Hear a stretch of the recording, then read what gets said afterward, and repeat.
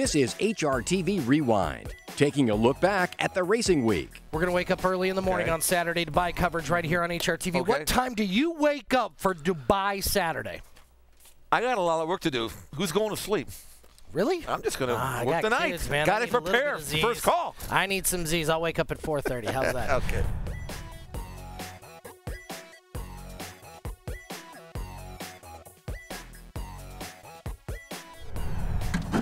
In stark contrast to the hustle and bustle of race night, the more refined racegoer can spend a cultural day examining Dubai's rich history. What better place to start than having a traditional Emirati breakfast at the Sheikh Mohammed Center?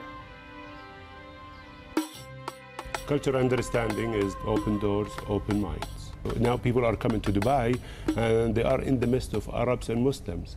And they are, my God, these are just normal people and they are beautiful to be with. Scott, what do you think? Just like Dunkin' Donuts, but otherwise it's like nothing I've never had. Scott, this is better. Dunkin' Donuts gives you the circle without the middle. The middle is right here. There are plenty of other areas of interest in the Al-Bastakiya, an area named for the Bastic region of Iran, from where many of the residents emigrated. The construction of this area dates back to the 1890s, and despite various renovations and a failed demolition attempt, much of the architecture has been restored alongside the famous Dubai Creek. This is the Al Fahidi Fort in the heart of Dubai City. Built to defend the state in 1799, it is thought to be the oldest remaining architectural masterpiece. It has been converted into a museum and is one of Dubai's most popular tourist attractions. We're hoping to see some of the history of Dubai and the culture, and we did the desert safari yesterday, and we had some local lamb and a belly dance. I won't ask you this question, but I gotta ask your son, how was the belly dance? It was pretty awesome. Yeah, I filmed most of it. So. I guess when in Dubai, do as the Emiratis do.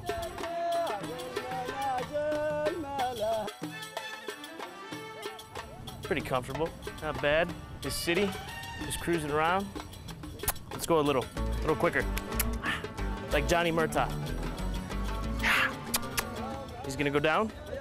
We'll try the old Frankie Dettori dismounter. That's as good as I got, Frankie. That's all I got for you, man.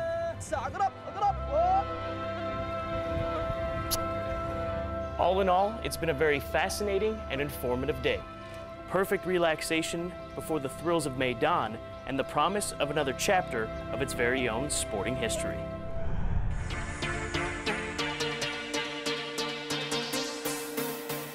Racing in the Dubai Kahela Classic. No risk, El Mori and Nishad. Seraphin Payon's coming at the pair. Seraphin Payon is finishing it off the best. Seraphin Payon takes the lead, wins the Kahela Classic.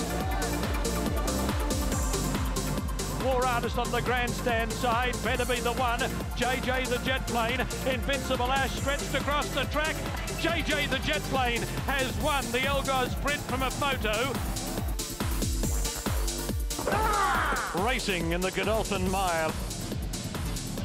Surface and move bar, they're stride for stride. Sky Surface, move bar. Sky Surface just in front, drawing to the judge, and Sky Surface wins the Godolphin Mile in a thriller.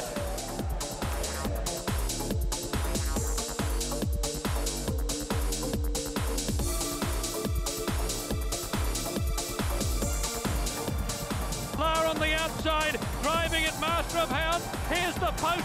They split it in a head bobber. Kaular has won the UAE Derby, the first filly to do so.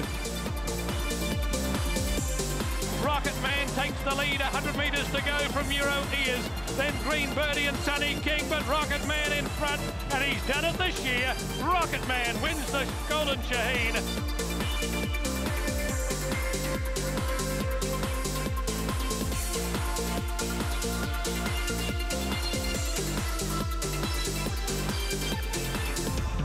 River Jettez trying to work into the clear. Tarsi's holding her in a pocket. She's out now. Strawberry Daiquiri in front at the 300. River Jettez on the outside. Beauty Flash the inside, and here he comes. Presmus has come from last. He's come through the middle. Revijantes in front. Presmus goes after the mare. Presmus hits the lead. Revijantes fights back. Presmus in front, and he's finally done it. Presmus has won the duty free. He's beaten Revijantes, Photo third. Redwood and Rewilding trying. Calvados Blues and Dean behind them. Rewilding and Redwood go up to rulership. Rewilding takes the lead, 100 metres left to go. Draws clear of Redwood, and Rewilding is coming away. Rewilding wins the Shima Classic. Scott and I standing on the winning line, right on the winning line for the Dubai World Cup, and stretching out behind us what you might describe as a $10 million home straight. It might only take them, what, 20-odd seconds, I guess, Scott, to cover this ground, but so much at stake, so much can happen in that time. Big pressure on these jockeys with so much up for grabs, but very small margin for error. And Sean, you consider the real estate that we're standing on, it's worth about $6 million to the winner when you get down to the Dubai World Cup. And if you think back to last year and how far the margin was for victory and how far the swing is from first to second in prize money, it again makes you feel bad for Kevin Shea. Yeah, $4 million swing, which works out, I reckon, by my maths, about $1 million a millimetre for what poor Kevin Shea got beat last year. Tactics, Scott, are going to be vital in this year's race. How do you see this race unfolding? I think it's going to be a very similarly run race compared to last year. Very slow pace early on and a mad sprint for home. And I think it's going to benefit the closers. Gio Ponti coming down the middle, then Monterosso looking for a split. Victoire Pisa in front of Transcend. Kate Blanco. Gio Ponti on the outside, Victoire Pisa in front, they're drawing to the judge, Victoire Pisa in front and wins for Japan. Victoire Pisa has beaten Transcend in a Japanese 1-2. It's unbelievable, unbelievable. From the first, this morning I was wishing to have a good race to give to the Japanese people dead over there, but I couldn't believe it to win the Dubai World Cup. It's unbelievable. Thank you so much. Ciao amore, ciao mamma. Ciao a tutti quelli che mi vogliono bene. I love you, Japan. Thank you so much. First of all, how does this feel considering everything that your country has gone through? 日本大変なことになってますけれども、これも含めてどんな気持ちですか？もうお土産にね持って帰りたいと思います。この優勝をね。Big souvenir, the big souvenir for Japan, to take it back. I very appreciate a lot of people support us, everybody in Japan, and thank you very much for that. Well, the world congratulates you. Thank you so much. When Hrtv Rewind returns. Well, the Louisiana Derby Grade 2, but $1 million on the line here. Mucho Macho Man. You gotta love calling that name. And Mucho Macho Man. These two for the final 16th. It's Pants on Fire. You're watching Hrtv Rewind with a week of racing to recap. Well, here in New Orleans on the eve of our big $1 million Louisiana Derby, track announcer John G. Dooley alongside racing analyst Katie Michelet. Katie, big day today in its own right. 12 races off Central at 12:40, fast and firm. And today is Battle of the Bayou Day on the eve of the big Louisiana Derby. Perfect name for a big day. We have some of the best Louisiana-bred horses competing for high purses. Robbie Alvarado, we got to welcome back as we return for the final weekend. He was recovering an injury earlier this year. We welcome back, and he's going to be hungry this weekend. Well, guys, Rachel Alexandra, Pyro, a couple of favorite horses that I've called here at the fairgrounds. Star Guitar, part of that list, too. Star Guitar going today in the Battle of the Bayou. 12 races, fast and firm, off Central at 12:40 on this Louisiana Derby Eve. Feeling well. First of all, thanks for having me on. But I stay pretty fit. I was in the physical therapy in the gym, trying to get a little rode the exercise bike and lifted light weights. But for the most part, I stay pretty fit, so I feel great. What does it mean to you as a rider to know that there's horsemen out there waiting to give you mounts in races like the Louisiana Derby, the Fairgrounds Oaks, immediately when you come back? Yeah, it's nice. You know, you never expect to pick up any kind of business that way, but fortunately, I have some loyal guys I ride for, and they were pretty pleased. I'm pretty pleased that they're giving me any opportunity to come back on. I got Steve Asmussen and Merrill Shearer, and the guys of Al Stahl, guys have stuck with me in the past, are continuously sticking with me.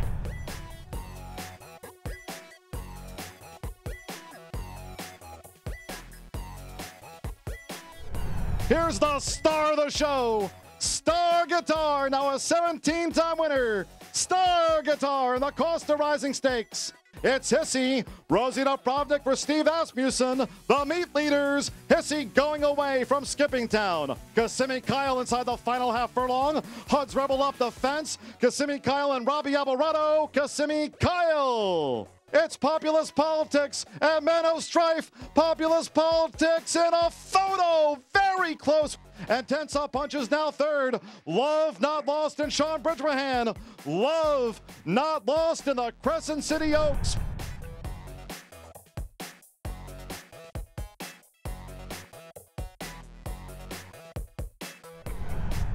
It's bullet drill, and the first question for you, Jeff. Okay. Louisiana Derby starters.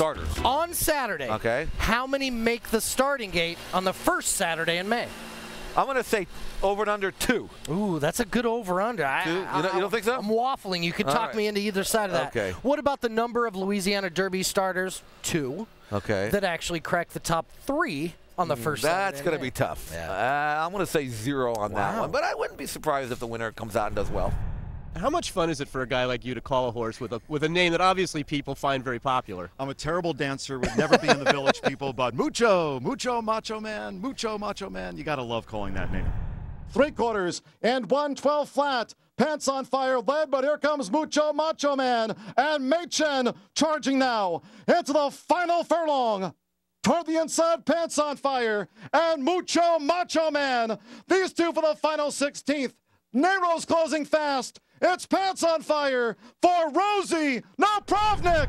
Well, the Louisiana Derby Grade 2, but $1 million on the line here, Gary, and an upset in Pants on Fire. What a fantastic ride by Rosie Napravnik. One of the best rides I've seen at the meet. She's been on fire herself this entire meet. She was patient, and she got the jump on the entire field. I think it was a little bit of the other riders possibly not respecting her horse, thinking that he couldn't get the distance or just wasn't going to be around at the finish, and she had plenty of force when she came into the stretch. There was one incident. Hrtv Rewind came by the winner's circle here. One of the assistant starters brought the horseshoe. He blew a shoe at the start. All of the nails were still in the shoe. There was actually a piece of hoof in the shoe, so it sounds as if he caught himself, grabbed a quarter leaving there. We'll try and find out a little bit more about that, but he ran a pretty game race for losing his shoe at the start and grabbing a quarter. How do you come out of the race? He's good. He's on a van already. He's going back to Palm Meadows in Florida. He'll be joining us. I'm in Sunland right now. I'll be joining him tomorrow. I'll see him tomorrow at feed time in the afternoon. The horse in his previous races, when he has been in front, the guts, maybe last time out, we took him back and screwed up his style a little bit. But even going back to his first race back, Aqueduct, he showed a lot of grit, and probably during the race, it took about 3 or 4 shots at him, and he kept on, knocking him off and gave in late. Same thing when he ran his first race in the Lecomte down there. So he's got a lot of heart. It's just a matter of if he was fit enough and everything else. So he's a trier. Mission Impossible turned back Bird Bond. Apart is charging Giant Oak on the outside. Deep in this final Fairgrounds furlong. Mission Impossible. Mission Impossible. Giant Oak is charging, but time ticking away. Mission Impossible. Mission Impossible. Giant Oak in apart. Mission Impossible. Take me through the race. Well, I mean, I really anticipated him kind of making the lead, and when I found myself out there, because my horse really broke running, I thought for a little ways he was just going to kind of let me go out there, but then all of a sudden we got to the first turn. He wanted to start putting the pressure, and I was able to get this horse to shut off a little bit inside where I was comfortable. He didn't quit pulling, but I mean, it was just enough where he was happy with what was going on, and as long as I could keep him happy, I thought when I got to the far turn, if we went slow enough, I could kind of let him get up on his feet and start stretching the field, and he did so. Inglorious on the outside, St. John's River running on, then Niji's Grand Girl and Tourmaline past the 16th pole. It's Daisy Divine for James Graham in the Fairgrounds Oaks. St. John's River charging. Daisy Divine holds on over St. John's River. Andrew McKeever gets the biggest win of his career in the Fairgrounds Oaks with Daisy Divine. What was the key to victory today? I think skipping the last race gave her a chance to freshen up, and she just got better and better all year. So. Well, it seems to me that the time between that race and this race is fairly similar to the time between this race and the Kentucky Oaks. Might you be looking that way? We'll have to look at it now, for sure, yeah. Do you think she's getting better and better? She's got better all year. Yeah, she keeps on improving, so.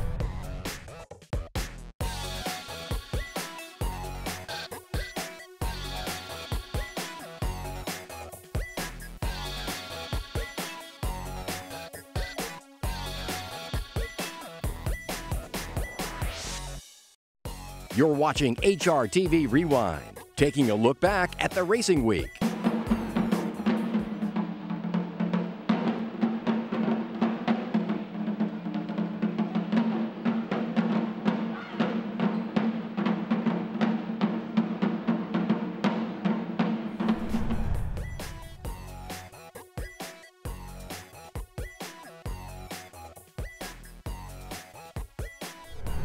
Onto the deputy, Spurrier along the inside. A 16th to go, Worth Repeating's hanging on. Onto the deputy, right up alongside. Onto the deputy, Worth Repeating,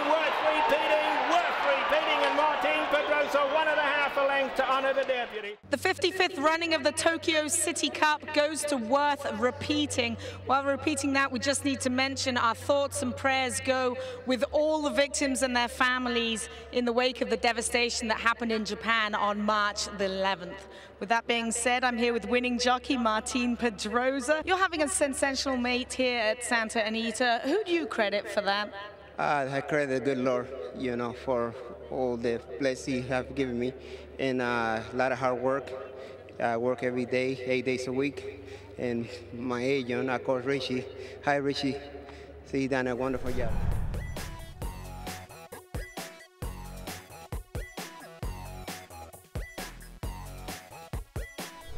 Steve Asmussen, well represented in the Sunland Park Derby with an $800,000 purse, and in fact he has issued us a backstage pass. Astrology, the subject of this week's HRTV Diary. 6:23. Let's see what our horoscope is. We are looking for some astrology. As we enter the Asmussen confines, there is only one horse in my sights, and it's Pancho. This time we come with Carrot's Punch. Nobody stops for a minute in the Asmussen barn. I see some stars in my future. Oh, look, it's astrology. I'm gonna have a look outside, see what's going on. What do you think? Early morning at Santa Anita. Here he comes in his final prep for the Sunland Derby.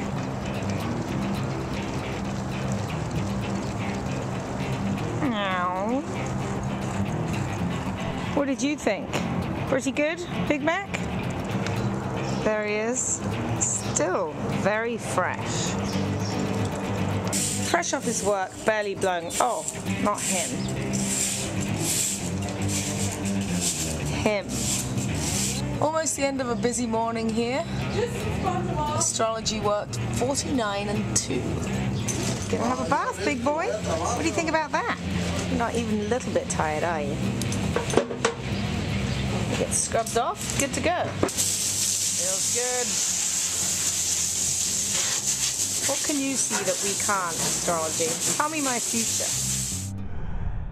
And Astrology on the inside in front. Astrology by a neck. Twice the appeal in second. Back in third placing is Fusa Code. Running on is Ruler on Ice, and It's My Party. Twice the appeal has got the lead. Twice the appeal coming away. Ruler on Ice with a late burst on the outside. But Twice the appeal is going to win the Sunland Derby. Twice the appeal goes on to win.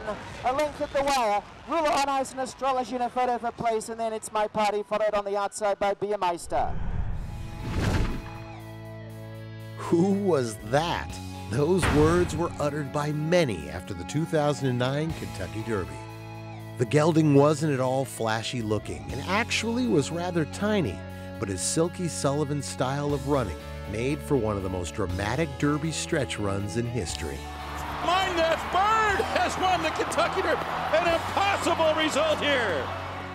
And it was just the beginning of an entertaining 6 weeks on the Triple Crown Trail. Mind That Bird, who traveled to Louisville on a horse van from New Mexico, gained a legion of fans with his improbable Derby victory at odds of 50 to 1. His entourage only added color to the story. Mind That Bird's trainer was unknown before the Derby. In fact, few, if any, media paid Chip Woolley a visit before the race. The day after, a different story. Crutches at the ready, cowboy hat in place, Woolley and Mind That Bird headed to Maryland. But one thing would be different. Calvin Burrell, who rode Mind That Bird in the Derby, chose another dance partner in the Preakness. With Mike Smith at the controls, Mind That Bird closed determinedly, but couldn't collar a very remarkable filly. Rachel Alexandra has defeated the Kentucky Derby winner. The Derby team was reunited at Belmont, and what a whirlwind week it was. Burrell hit the late-night show scene, and Woolley and Mind That Bird's owners, Leonard Block and Mark Allen, visited a New York institution. Mind That Bird was one of just 2 horses to compete in each of the Triple Crown races that season. Not an easy task, yet Mind That Bird still had enough in the tank to hit the board in the final leg. He never won a race after the Derby, but his amazing victory that day will be talked about for years.